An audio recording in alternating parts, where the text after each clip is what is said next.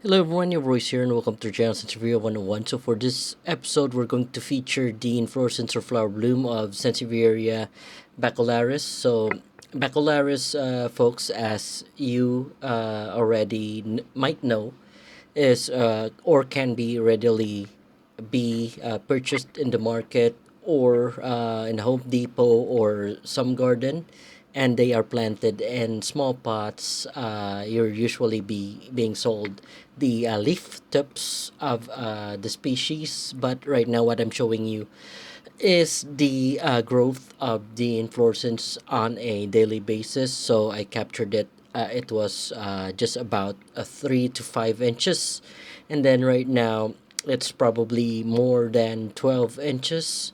And as the days goes by, the flower tubes would start to be seen, and you would also notice that they will also grow in length. So right now, you would see that the flower stalk has already uh, grown in considerable height, and it will take a few more days for it to grow more, especially the flower tubes.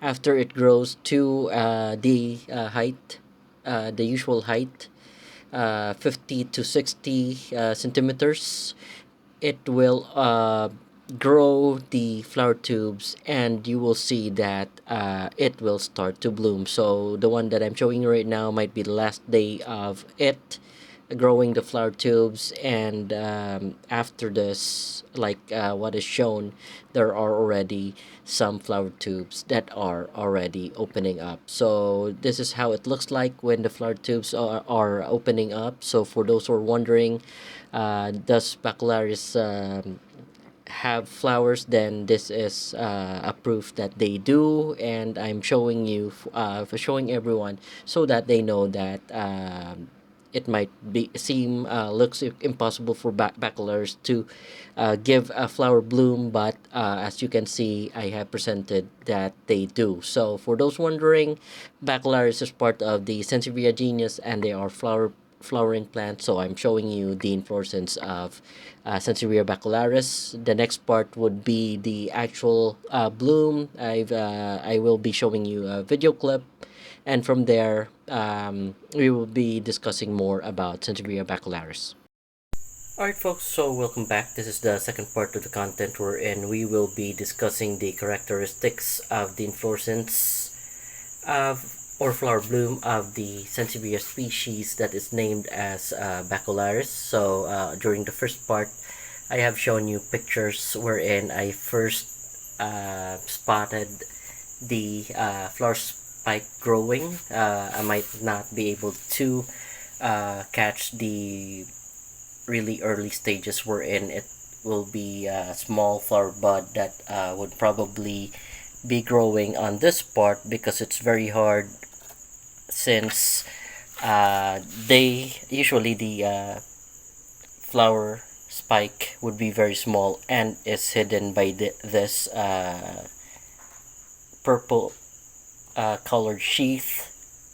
These are kind of sheath that is purple colored, that's usually found in Sansevieria bacularis. So the small flower, which is the early stages of bud, would be hiding in this sort of leaf coat, and then we cannot spot the flower spike very early. We cannot. I have no pictures of it being a small bud, but it's really when I spotted the first one, it's just as tall as this. So right now, we are in the first day of the bloom, and almost there are a lot of flower tubes that opened up for Sansevieria bacularis. So before we go through, though, just a few I will give you a few, or a brief discussion about where Sansevieria bacularis originated. So Sansevieria bacularis is found in western and central tropical Africa, and it was discovered by Horst, Peffnig. So it's Horst who discovered Sansevieria bacularis, and it has a collection code under PF0062. PF is Peffnig Horst's initials, and he is, like I said, the one who discovered Sansevieria bacularis, and he gave it a collection ID of PF0062. So that's how Sansevieria bacularis was found in the wild in western and central tropical Africa and Republic of Congo, I would say. So it says also, and you can find reference about Sansevieria bacularis in Sansevieria 22, that's published 2010, and then also in the book of Peter Mansfield, page 44 of Die Gattung Sansevieria. So that's where the information, or that's where you can find the information that I am giving out. That's the reference. And on that reference, it has been said that Sansevieria bacularis has a flower stalk height of 50 to 70 centimeters. When you say 50 to 70, that's just over 2 feet, or 26 to 27 inches. So right now, as I measure what we have here, it's just under 21 inch. The other would be also same length. As you can see, that's where the ruler ended up, and I think the other one is 20 inch instead of 21. The other one is about 22 inches. So that said, 20 to 22 inches is about 60 centimeters. So we are still precisely under 50 to 70 centimeters long, as per what Mansfield published in Die Gattung Sansevieria, page 44. So the next would be, we will be checking the flowers per cluster, because as as the book says, it's having 2 to 8 flowers per cluster. So on top you have around 2. I think there is also 1 flower per cluster, so I don't know how accurate is 2 to 8, but I would say 1 to 8 would be more accurate. And this flower cluster over here, actually that's very many, that's not just 8. I'm counting, maybe there are 2 clusters, but I would say 1, 2, 3, 4, 5, 6, 7, 8, 9, 10. That's 10 on that cluster. So I don't know how accurate especially that one. This is over 10 as well. I'll try to count. 1, 2, 3, 4, 5, 6, 7, 8, 9, 10. So folks, I'm not sure how accurate they counted the 1 to 8 flowers per cluster, but for me, Sansevieria bacularis, as I am showing you right now, is having a cluster of more than 8. I think this cluster is having 10. You see, I'll try to focus it. It's more than 10, folks. There you go. On front there are 2, and at the back there are 4. That's 6, and then there are more at the back part. Here there are 4 more flower tubes and the back part. I was counting on this side. So at the back it's 6 plus 4, that's 10 flowers per cluster, as I count Sansevieria bacularis. So aside from that, the flower stalk of Sansevieria bacularis, this is its color. There are green parts, and there are also a very purpley or purple part. There's a purple some parts of it are purple, some parts of it are green. Um, this one's purple, and the ones upward are parts of it that are green. So that's all the data that I can get with regards to the inflorescence. One other thing, we can go ahead and measure the flower tubes.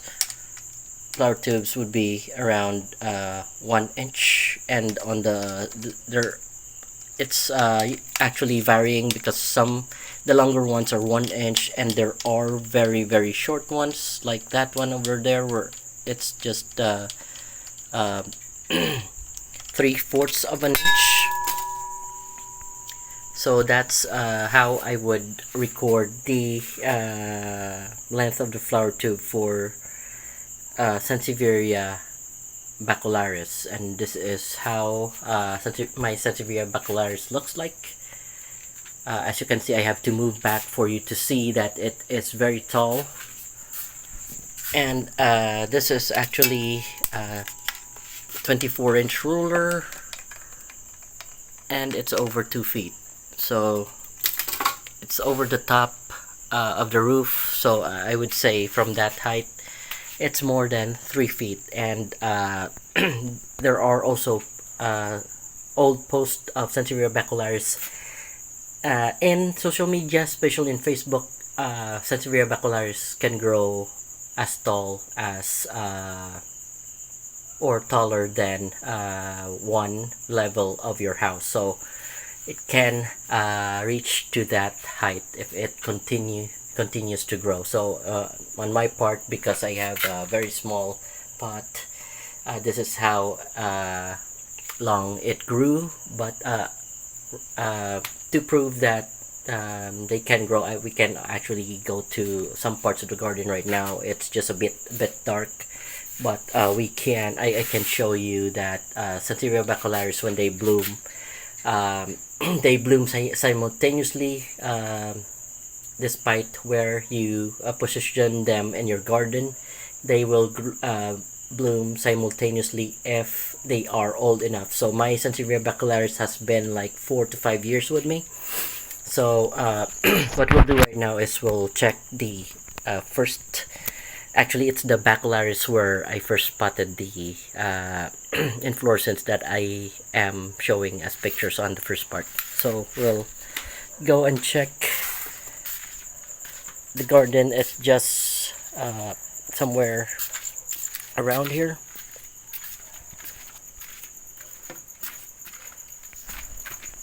Alright, so there you go. That's another Sansevieria bacularis. And like I said, they bloom simultaneously. So you would see that this one in a different pot is also blooming. So the height is just the same as we have measured on the other pot. Same. I'm assuming they're very close in height, but we did not bring the ruler when we went for the other Sansevieria bacularis. So so folks, those are the Sansevieria bacularis that are blooming in the garden, and we have actually gotten a lot of data from 2 pots, so that would make it very accurate. Next, I would say that also in the market they're readily sold, but you will see them that there are just cut into this size, and then they are placed into very small pot, as small as this one.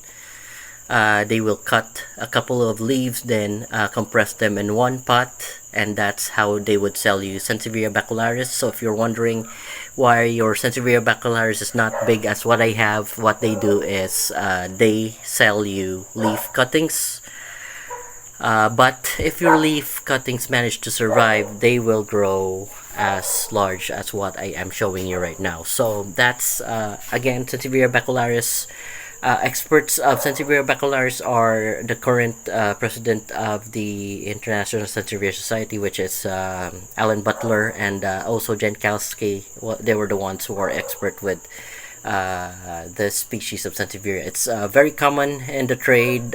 You can readily find them in Home Depots and gardens, and like I said, they are sold as leaf cuttings. So this is how the leaf of Sansevieria bacularis looks like. It's cylindrical, but they have leaf canals over here.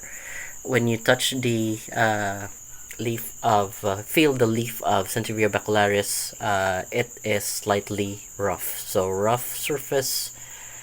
As they grow old, they kind of become smoother. But I would say that there are some leaves that are rough to my touch. Actually, let's just go with the leaf texture of Sansevieria bacularis is rough. So there you go. So folks, I think we can end the discussion here. I'm just presenting readily a common Sansevieria that's found in the market. And you might be wondering why your bacularis is very small, because they're leaf cuttings and they're sold in small pots. But if they manage to survive, if you plant them in bigger pots, they will grow as such as one that I'm showing you right now. So folks, if you have any questions or suggestions, feel free to leave a comment below. And if you like what I'm presenting, please don't forget to like and subscribe to our channel. Thank you, everyone.